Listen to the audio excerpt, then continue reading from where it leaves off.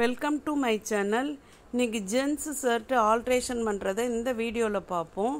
இது ஆல்ட்ரேஷன் பண்ண வேண்டிய சட்டை. இது அளவு வந்து 22 கிட்ட கொஞ்சம் கம்மியாக இருக்குது. அளவு சட்டை இது. அளவு சட்டையை அளக்கும் போதும் பட்டனெல்லாம் மாட்டிட்டு தான் அளக்கணும். இதில் வந்து 20 இருக்குது. இதே அளவுக்கு நம்ம தைக்க வேண்டிய சட்டையை பிடிச்சி தைக்கணும். இதில் ஸ்டிச்சிங் வந்து கைலியில் ஸ்டிச் பண்ண மாதிரி இருக்குது. உள்ளேயும் வெளியும் பிசுறு தெரியாதபடி மடித்து தைச்சிருக்காங்க. அப்போ இதை பிரிச்சுட்டு தான் நம்ம கட் பண்ணி ஸ்டிச் பண்ணணும். உள்பக்கம் ஒரு தையல் போட்டிருக்காங்க. கைலியில் இது வெளிப்பக்கம் வரும். வெளியே வந்து 2 தையல் தெரிகிற மாதிரி இருக்குது. இப்போ நான் பிரித்தேன். கீழே பாட்டமும் பிரிக்கிற மாதிரி அமைஞ்சிருக்கு. பிரித்தோம்னா அதை 2வது நம்ம மடித்து தைக்க வேண்டியது இருக்கும். அதனால் இடுப்புக்கிட்ட தான் கொஞ்சம் அளவு கூட இருக்குது ஆல்ட்ரேஷன் பண்ண வேண்டிய சட்டையில்.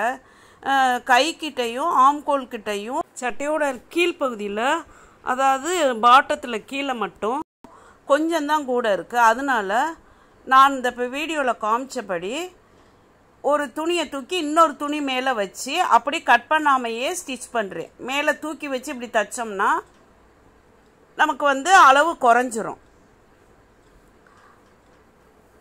இது கொஞ்சம் இடுப்பு கிட்ட வரும்போது கொஞ்சம் அளவு கூட இருக்குது. அதை வந்து நம்ம லாஸ்ட் எவ்வளோ கூட இருக்குன்னு அளந்து பார்த்து இடுப்பு கிட்ட மட்டும் டாட் பிடிச்சிக்கிடலாம். இந்த துணி லைட் வெயிட்டாக இருக்கிறனால நம்ம கட் பண்ணாமையே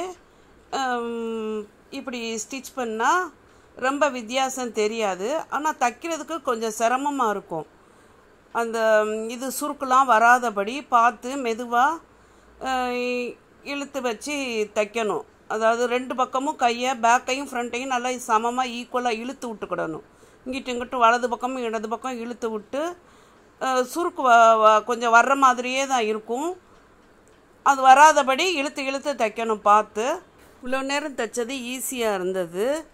இப்போ கைக்கிட்ட வரும்போது அந்த இடம் கொஞ்சம் ஜாயிண்ட்டுலாம் எல்லா இடமும் கையோட ஜாயிண்ட்டும் பாடியோட ஜாயிண்ட்டும் ஒட்டி சேர்ந்து இருந்தனால துணி நகலலை. லிஃப்டரில் தூக்கி விட்டு அந்த இடத்துல ஸ்ட்ராங்காக 2-3 தையல் அடித்து தான் இந்த பக்கம் கொண்டு வந்தேன். இது இவ்வளோ நேரம் தைச்சது நமக்கு ரொம்ப சுலபமாக இருக்கும். இந்த பக்கம் வந்து ஃபுல் ஹேண்டுனால சைடு ஜாயிண்ட் ஆகிருக்கும். துணியை நம்மளால் விரித்து விட்டு தைக்க முடியாது. பாடி பகுதி தைக்கும் போது ஓப்பனில் பட்டனெல்லாம் எடுத்து விட்டுட்டு விரித்து வச்சு தைச்சோம் அகலமான இடத்துல. இது ஒரு குறுகலான இடம், ரொம்ப ஒரு டியூப் மாதிரி இருக்கும். அது ரொம்ப இது சின்ன சட்டை வேறு, 28 சைஸ் பாடி சைஸ்னால கையெல்லாம் ரொம்ப குறுகலாக இருந்துச்சு, சின்னதாக. இதை உள்ள ரொம்ப துணி அதிகமாக வேற இல்லை. பாடி கிட்ட தான் இடுப்புக்கிட்ட தான் துணி அதிகமாக இருந்தது. ஸ்லீவ்லலாம் ஒரு புள்ளி அளவு தான் கூட இருந்தது. அதனால் நான் கொஞ்சோண்டு தான் துணியை மேலே தூக்கி வச்சு அளவை குறைச்சி தைச்சிக்கிட்டு இருக்கேன். சட்டையோட முன்னங்கையில், அதாவது அந்த பட்டி கப்புன்னு சொல்லுவாங்களா, அந்த இடத்துக்கிட்டலாம் துணி ஈக்குவலாக தான் இருந்தது அளவு சட்டையில் உள்ளபடியே. அதனால் நான் சும்மா அந்த சைஸை அப்படி கரெக்டாக சுருக்குலாமடி சைடு தையலை கொண்டு வர்றதுக்காக தான் லைட்டாக மடிச்சுக்கிட்டே வந்து அந்த கப்புக்கிட்ட சைடு தையல் முடிகிற இடத்துல அது ஏற்கனவே இந்த சட்டையில் உள்ள இடத்துலையே கொண்டு வந்து ஈக்குவலாக கொண்டு வந்து முடிச்சிட்டேன். இந்த கையில் வந்து துணி அதிகமாகவே கிடையாது. அந்த ஆம்கோல் கிட்ட மட்டும்தான் கொஞ்சம் கூட இருந்தது. இந்த இடம் தைக்க ரொம்ப சிரமமாக இருந்தது. பிரித்து விட்டு தைச்சோம்னா இது வந்து நமக்கு வேஸ்ட்டு தான்.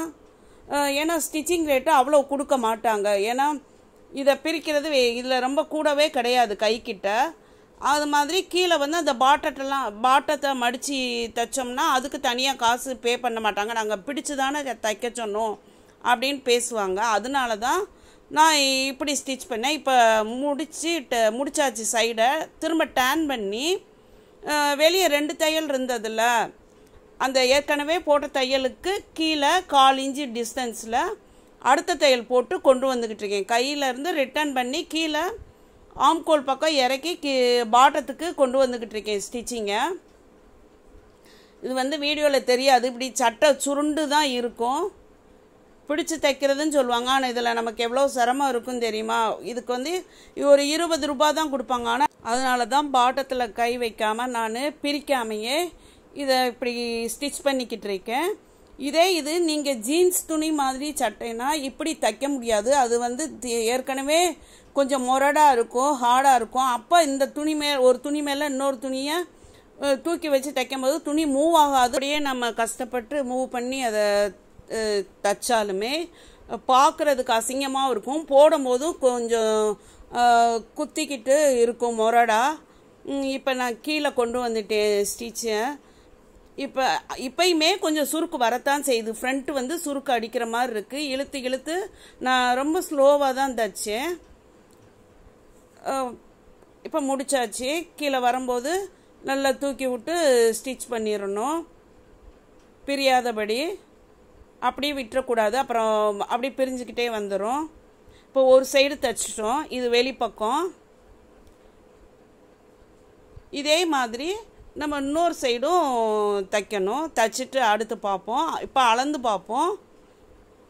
அளக்கிறதுக்கு முன்னாடி இது வந்து உள்பக்கம் கையில் கொஞ்சம் நமக்கு சுருக்கடித்த மாதிரி இருக்கும், அது வெளியே தெரியாது. உள்பக்கம் இது ஏன்னா ஃபுல் கண்டு கிராஸில் போட்டிருப்பாங்க. அதனால் நம்ம ரெண்டாவது இப்படி ஆல்ட்ரேஷன் பண்ணும்போது வெட்டாமல் தைச்சோம்னா அப்படி தான் வரும். பேக்கில் டாட் பிடிச்சி இடுப்போட அகலத்தை குறைச்சாச்சு.